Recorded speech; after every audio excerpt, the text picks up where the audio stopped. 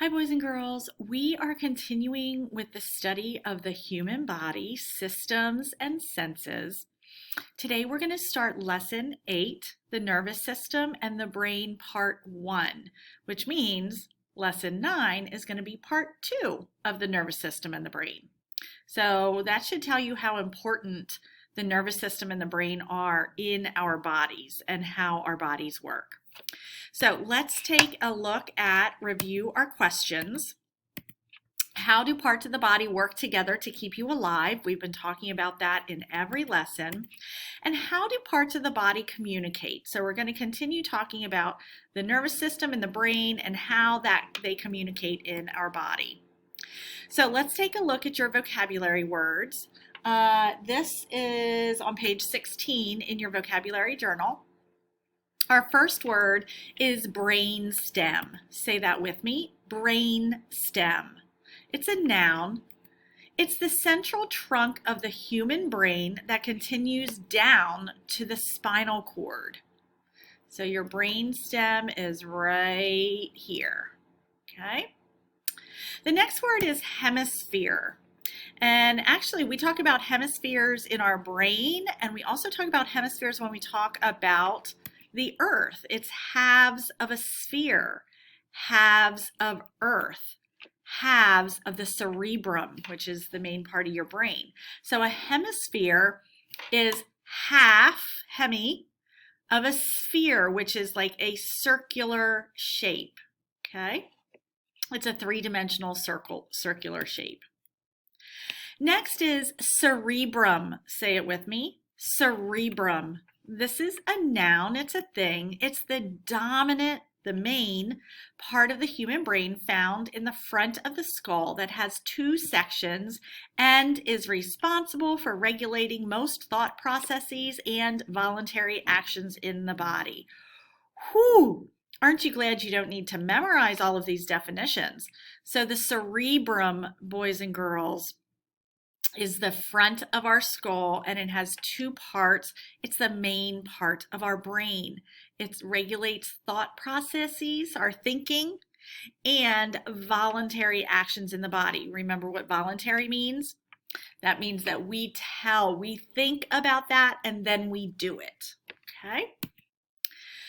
The next one is cerebellum. Everybody say it with me. Cerebellum. It's a noun. Write it on the line. It's the part of the human brain that is found at the bottom and back of the skull and that helps control muscle activity. So your cerebellum would be right here.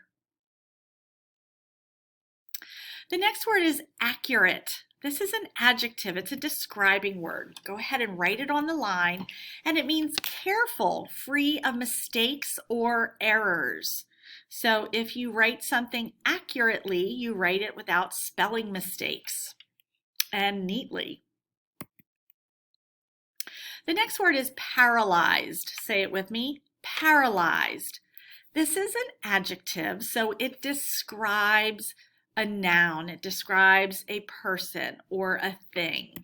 And it means unable to act, move, or feel a part or parts of the body.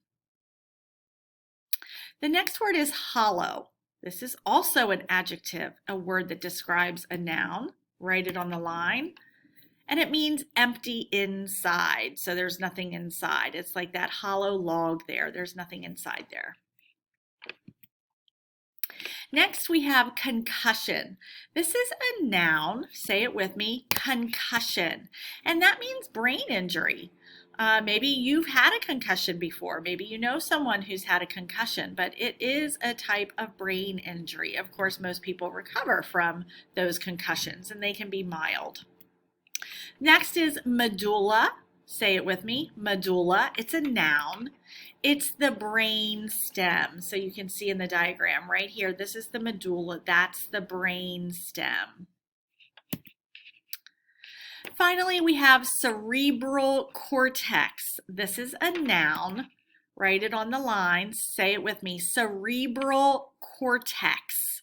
It really helps if you exaggerate your lips when you're saying these tough words because it helps you hear the sounds and feel the sounds on your mouth. Cerebral cortex.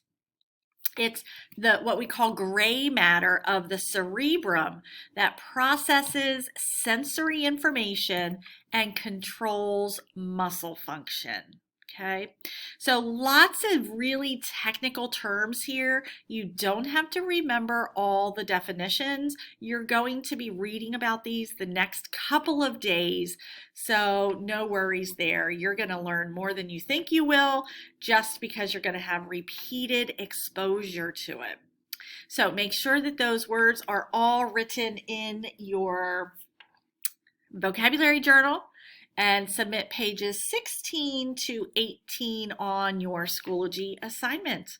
And go back and try to reread those words and see if somebody at home can read those words too.